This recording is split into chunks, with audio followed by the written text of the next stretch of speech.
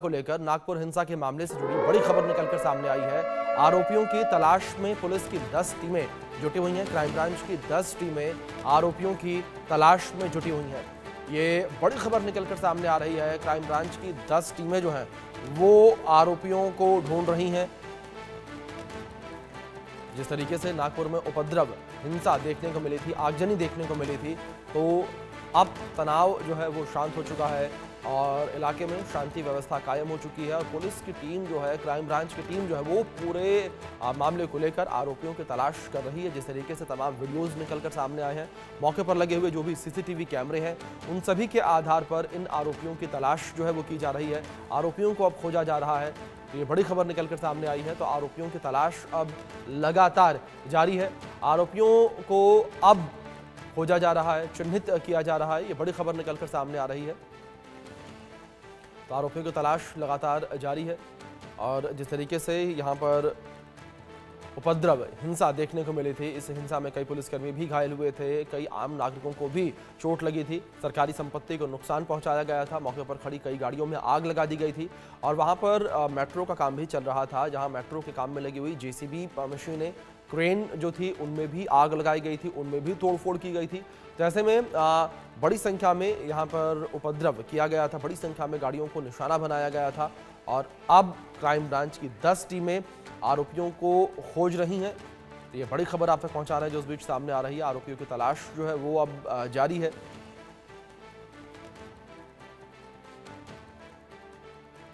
तो अब crime branch की 10 टीमें जो हैं वो आरोपियों को खोज रही हैं।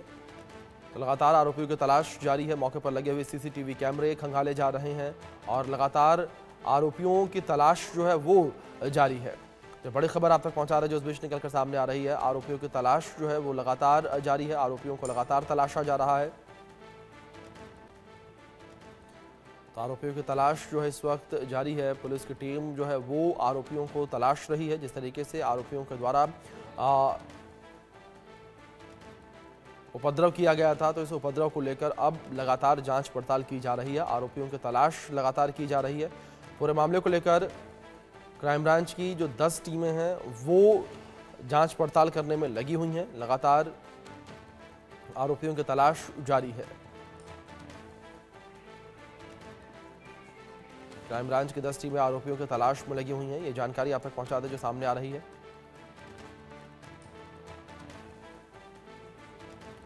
नागपुर हिंसा के मामले से जुड़ी बड़ी जानकारी निकलकर सामने आ रही है और जिस तरीके से उपद्रव देखने को मिला, इस उपद्रव के बाद अब लगातार पुलिस की टीम जो है वो जांच पड़ताल करती हुई नजर आ रही है। पुलिस की टीम के द्वारा जो है वो जांच पड़ताल की जा रही है। आरोपियों की तलाश में क्राइम ब्रांच की 10 टीमें जो हैं वो लगी हुई हैं और क्राइम ब्रांच की टीमें जो हैं लगातार यहाँ पर जाँच पड़ताल करती हुई नजर आ रही हैं। नागपुर से हमारे सहयोगी दीपक विश्वकर्मा जुड़ गए हैं, सीधे उनका रुख करेंगे। दीपक, जिस तरीके से खबर फिलहाल निकलकर सामने आ रही है कि अब जो क्राइम ब्रांच की 10 टीमें हैं वो लगातार जांच पड़ताल कर रही हैं और जो आरोपी हैं उन्हें चिन्हित किया जा रहा है, किस तरीके से पूरी कार्रवाई को अंजाम दिया जा रहा है? जैसे खबरें निकलकर ये भी सामने आ रही थी कि 50 से अधिक जो आरोपी उन्हें गिरफ्तार भी किया गया है।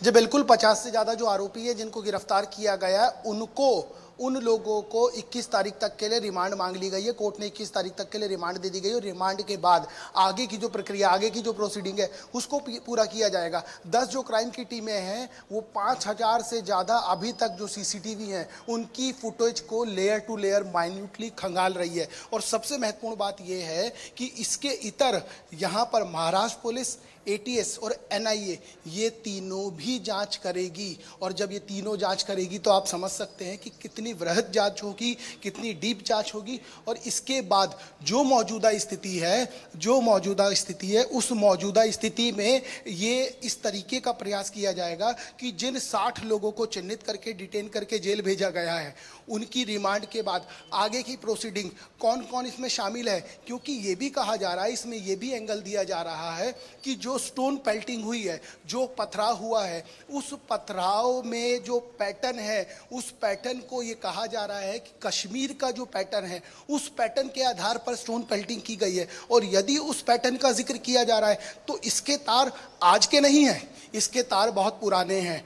और जिस चीज की चर्चा की जा रही है कि इसकी प्लानिंग कोई सेम डे की है, सेम डे की नहीं है। इसकी प्लानिंग बहुत ज़्यादा पुरानी है, बहुत पहले की है, जिसको लेकर चश्मदीद हैं वो जो बोल रहे हैं उसको भी कहा जा सकता है। इसके इतर जो बाकी लोग हैं, बाकी लोग जिन लोगों से हमने बात की ग्राउंड पर, उन लोगों ने भी कहा, महाराष्ट्र के मुख्यमंत्री हैं देवेंद्र फडणवीस, उन्होंने भी कहा, नागपुर के जो प्रभारी मंत्री हैं उन्होंने भी कहा, यहाँ के जो विधायक हैं लोकल उन्होंने भी कहा, और तो और दबी जुबान से जो कमिश्नर हैं यहाँ के वो भी कह रहे हैं। जब बात की गई तो कहीं ना कहीं जब इस तरीके की बात हो रही है और इस तरह की चर्चा की जा रही है तो ये मान लेना चाहिए जो जांच की जा रही है और जो 5000 से ज़्यादा जो फुटेज अभी तक खंगाली गई है उसमें बहुत कुछ ऐसा मिला है जिसके आधार पर, मुखबिरों के आधार पर और लोगों की गिरफ्तारी हो सकती है। अभी कुछ मिनटों पहले मैं कुछ लोगों से, कुछ परिवारों से जिनके घर जला दिए गए, जिनकी गाड़ियां जला दी गई, उनसे जब मैं बात कर रहा था तो उन्होंने बताया, एक महिला से बात हो रही थी जिसने बताया कि मेरे घर की गाड़ी जला दी गई।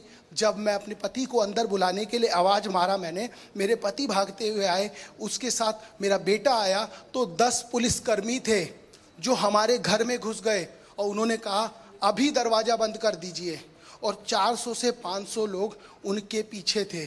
जब दरवाज़ा बंद हुआ, पत्थरबाजी की गई, गमले पड़े थे उसको फेंका गया, और जब दरवाज़ा नहीं खुला, दरवाज़ा बहुत तेज पीटा गया, तो गाली गलौज करते हुए, तलवार लहराते हुए वो लोग आगे की तरफ बढ़े और उन्होंने गाड़ी को आग के हवाले कर दिया।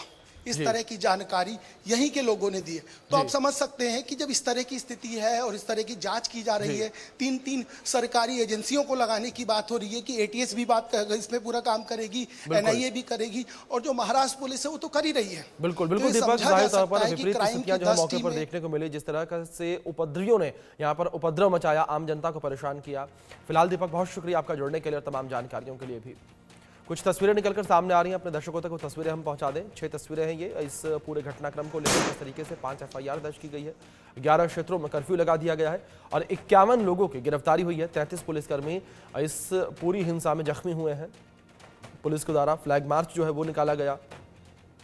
CCTV कैमरों में जो दंगाई हैं वो कैद हो गए हैं और अब इन्हीं तस्वीरों से जो है दंगाइयों को चिन्हित किया जा रहा है। 10 टीमें जो है इन्हें तलाश रही हैं।